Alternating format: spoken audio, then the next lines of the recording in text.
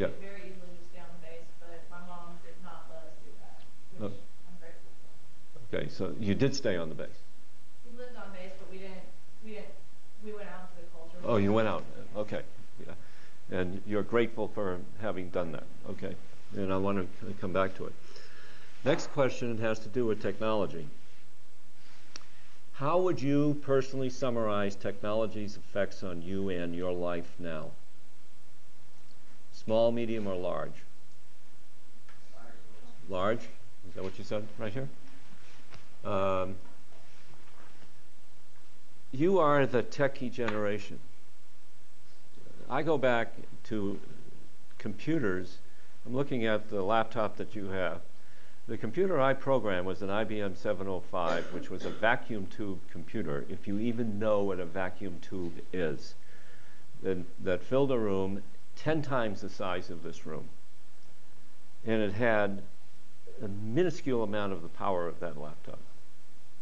It was a single user. You can only do one thing at a time. You can really only do one thing at a time with these laptops, but you can jump about. You can have multiple applications open. You can quickly go to your email account just to see if anybody is there, and you can go do something else and jump, and so on. These computers, these laptops, including the ones I own, are immensely more powerful. We had an air conditioning system that makes this room feel warm. It actually is a little bit warm in here. But we were in San Antonio, Texas, have hot summers. We had this massive air conditioning system to keep those vacuum tubes from making the room too hot. Yet it was a single user computer worth multiple millions of dollars, even in the 1960s. And it was, as I have already said, not as powerful. Okay, let's take a break to 1:30 and come back and talk about technology and international, and I want to draw from your experiences.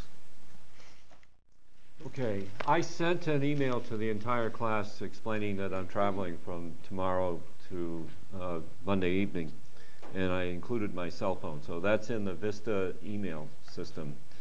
So if you don't hesitate to call me on the cell phone. If I don't answer as I indicated, leave a message, and I actually know how to retrieve the messages. This is a new phone, and I set it up correctly. And my previous phone had 8,421 messages on it that I never received, never read or heard. I also say in the email, do not send me a text message, because I don't have it enabled, and I really wouldn't know how to do it anyway. So now with that as sort of an introduction to technology, though it is true, let me back up.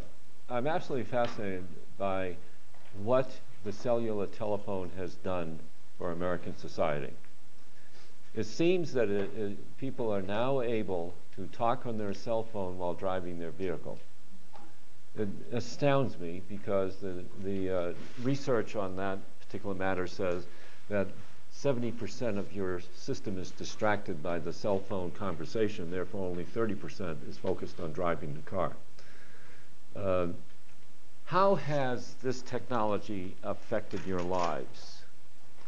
Has it affected your lives in a good way or a bad way? Yes, sir. I think it's a lot easier to communicate with people, but it also kind of puts you on a leash.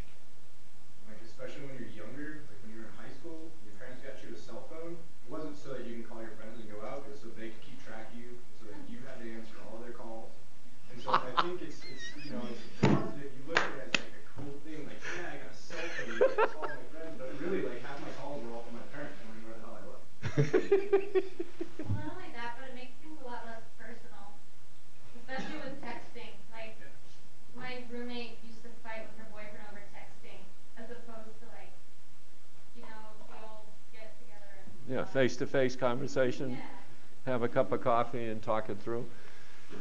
It's a wonderful device, but it has implications to it. It has unintended consequences, as we said in Chapter 1, or in Module 1. I watch, especially really young people, teenagers. They're walking through the grocery store sometimes with their parents, sometimes not. And I guess they're texting. When you have two thumbs on the keyboard, you must be texting. Either that or the person is mesmerized by the screen. Another thing, of course, in more recent times are the telephones that have cameras built into them. And I recently upgraded my telephone and discovered, I don't know if it has, I think it has a camera, I just don't know how to use it, and I have no interest in using it. But when we were in Mexico, before classes started, we were at a dog show. And on the weekends, all the Mexican families would come into the dog show, and they wanted to pose with one of the dogs that we had, the kids. And it's a Tibetan Mastiff, a big furry thing. So they get out their cell phone cameras, and Jimuta, the dog, and whoever the kid was, stand there or sit there, and they've got the picture, and they can send it to the universe. And it goes on.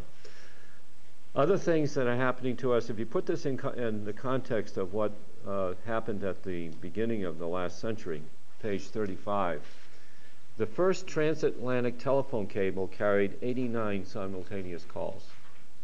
And I think that was in the 1930s. I'm not certain of it. I don't have the exact date. Now, 89 simultaneous calls is obviously nothing, and I can recall learning about, I didn't make any transatlantic telephone calls, but I heard from people who did, you'd have to wait for the lines to open. Back in the 1940s, I was born in 1940, so put now about 1945, where I was possibly old enough to figure out how to use a telephone. The telephone was, you held the telephone in your left hand and you put a device up to your ear. You didn't have a dial or push buttons. You don't even know what a dial is. It's really dating me. It didn't have push buttons. You spoke to a human operator, and you gave the operator the number, which did not appear as the numbers that we use now. You know, it's 3 digits, it's the prefix followed by the, not the area code, but the 3 digits hyphen 4 digits.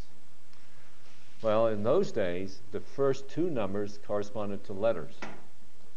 And you would say to the operator, because of where we lived in Massachusetts, I want to call Somerset 65961. And she knew exactly what you meant. Somerset happens to be the name of a county in the Boston area, and it was abbreviated in the telephone book, printed on paper, SO. And so the first 2 letters corresponded to letters, the first 2 numbers corresponded to letters, and it wasn't until much later, and I don't remember when the transition happened, where all the letters went away and we used only the numbers. Now that's 100 years ago, almost. Grant me that it's 100 years ago. It's just a little easier to deal with it and hold numbers. Then we come along, and Lucent Technologies, Bell Labs, has a way of splitting colors to make the multiplexing signals work to carry more bandwidth.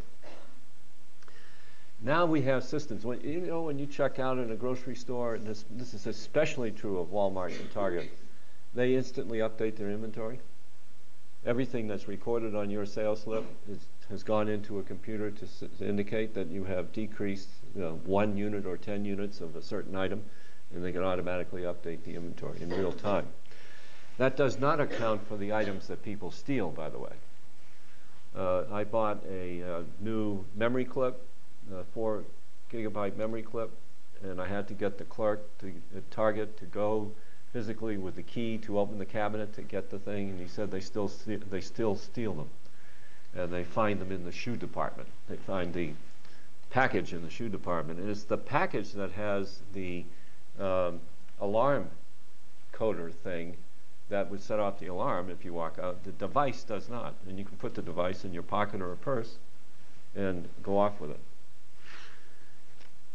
So this class, by the way, we used to call this format with the video instructional television. And I got told this semester, no, we don't call it instructional television, we call it interactive television. Because depending on their interest in talking to us, it's two-way video.